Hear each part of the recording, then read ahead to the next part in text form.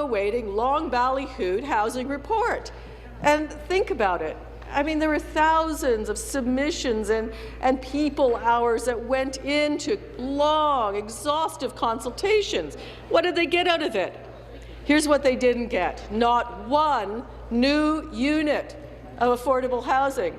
Not one new dollar for affordable housing. Not one new rent supplement, which is what all the food banks have been calling for, which is what all those who are active in the anti-poverty field are calling for, and certainly not even a change to the Planning Act allowing municipalities to bring in inclusionary zoning if they want it, which is what I have a stack this thick of municipalities in my office who have called the government to allow them to be able to do. The government won't even allow them, municipalities, to look at that option.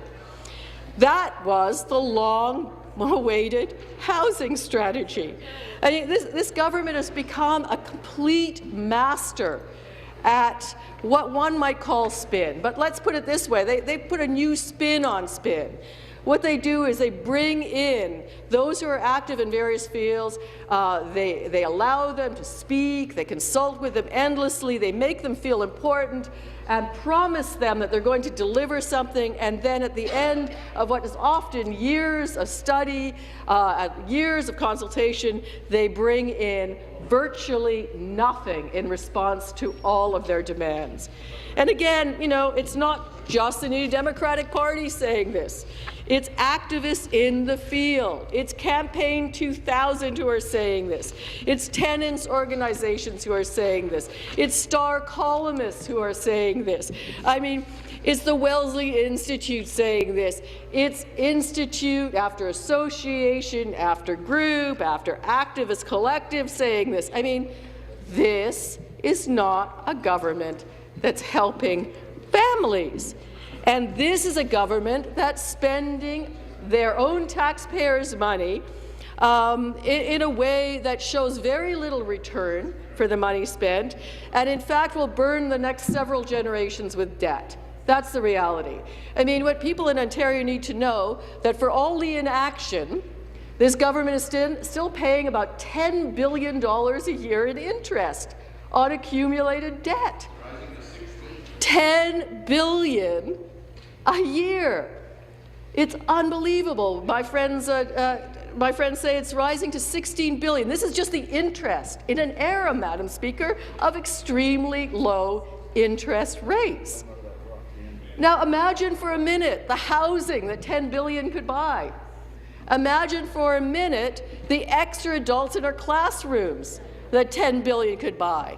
Imagine the reductions in tuition in our post-secondary institutions that $10 billion could buy. Imagine long-term care beds that $10 billion could buy. Imagine the infrastructure that could be developed. Imagine the jobs that could be created for $10 billion, going up, I'm told, to $16 billion, just the interest, Madam Speaker, just the interest on the debt, which this government has managed to double in 7 years.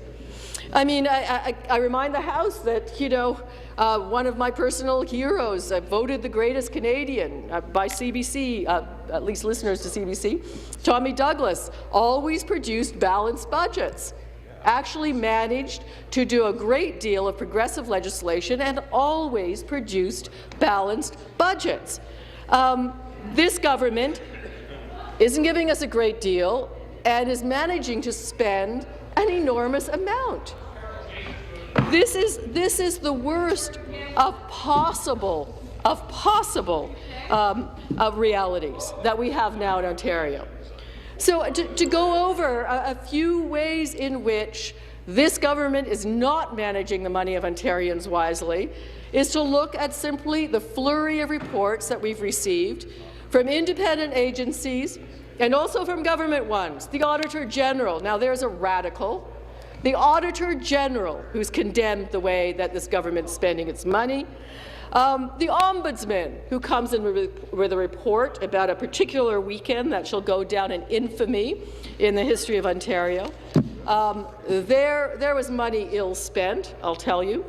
The housing report and the so-called anti-poverty consultation, whose results won't come in until 2012. Now, if that isn't a campaign promise, I don't know what is. Meanwhile, the special diet of $250 is being restricted. The housing report that provides no housing. A housing report that provides not one unit of new housing. Amazing. You know, when my husband and I were in Sweden, country of 9 million, we have 13 million, some odd in Ontario, they managed to produce 100,000 new units of housing a year for 10 years.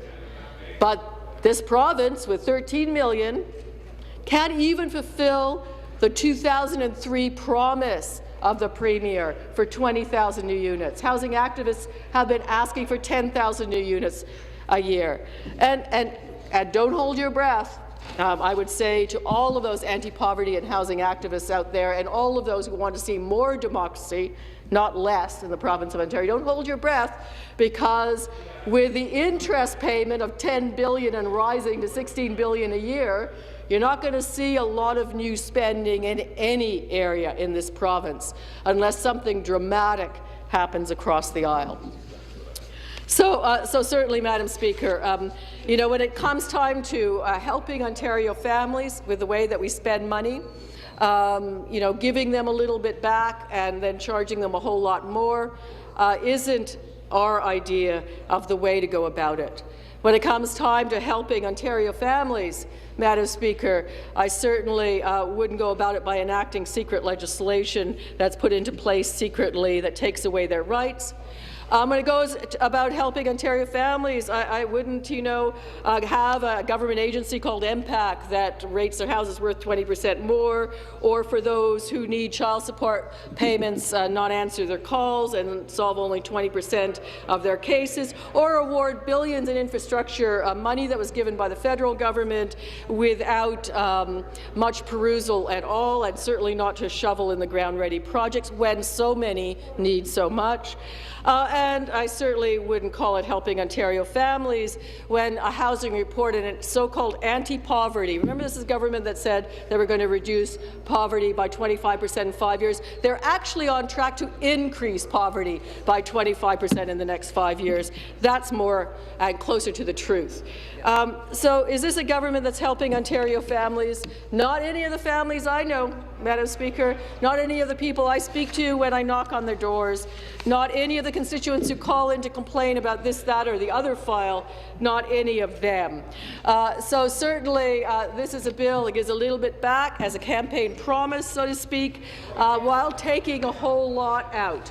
The Dumb and Dumber, not so smart meters, the ATM machines that are now being installed in everybody's house will make sure that the 10% off their hydro bill is quickly compensated for by huge increases. We're looking at, we've heard, 46% in the next while.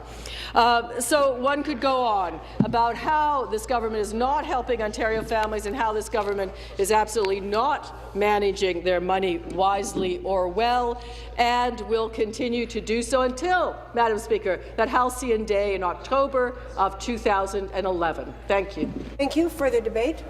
The member for Haliburton-Kawartha Lakes Broad. Thank you, Speaker. I just want to speak briefly to this bill. It's a chance to speak to it. A couple things that we need to know about the 2010 fall budget bill, or Bill 135. We are helping Ontario families, farms, and small businesses with their electrical costs. The proposed Ontario Clean Energy Benefit will provide eligible consumers with a benefit equal to 10% of the total cost of the electricity on their bills, including tax, effective January 1st, 2011. This was in addition. The opposition parties were requesting an 8% reduction. We've gone beyond that. This will help over 4 million residential consumers and more than 400,000 small businesses and farms. Electrical bills are rising because of the necessary and unavoidable new investments required to ensure Ontario has a clean, modern and reliable system. Ontario families and businesses are now paying the true cost of electricity, and every little bit of assistance helps during these lean times. The proposed OCEB is in addition to several measures in place or proposed to help families and businesses cope with rising home energy and electrical costs. Now, our Open Ontario plan is creating jobs and protecting services. Ontario's tax plan for jobs and growth will help create nearly 600,000 new jobs within the next 10 years. Income taxes have been cut for 9 out of 10 taxpayers, and we are protecting the progress of Ontario families have made in their schools and hospitals. Unlike the 407 deal made by the previous government, which sold it to a Spanish interest, the province retains control over fees charged by Terranet for statutory services. Madam Speaker, other members of my caucus are going to speak to this issue as well. I'm very pleased to support this bill, and I urge all members of the House to do so as well. Hear, hear. Further debate? The member for Thornhill. Speaker, thank you very much. And I want to speak for a few minutes and reserve some time for my friend from Durham. But I want to focus specifically on Bill 135's aspect pertaining to the 10% clean energy benefit, because to me, to call this bait and switch is a mild description of what's being done to Ontarians who have to pay electricity bills, and let's be honest, that's every Ontarian who lives in a house or rents an apartment, anybody. The title of the bill is Helping Ontario Families and Managing Responsibly Act 2010. One thing I'm going to give this Liberal government credit for, boy, do they know how to entitle bills. They all sound great, but when you take a look at what's in them, it's just unbelievable. So I'm going to use my time to read a couple of comments into the record, because the Liberals seem to be in denial when it comes to what comes into their email queues or into the mailbag when the letters are delivered at the office. And they're getting the same things that I'm getting, and I'm just going to pull some salient quotes out. I can't help but think that my liberty is being challenged here, and that I am being told how I should live and conduct my activities within my own home, or pay literally the consequences. It's one thing to educate a population about energy efficiency, as there is already plenty of incentive to curb costs, but another thing entirely when government starts dictating in a very surreptitious fashion how and when to do so. And we're not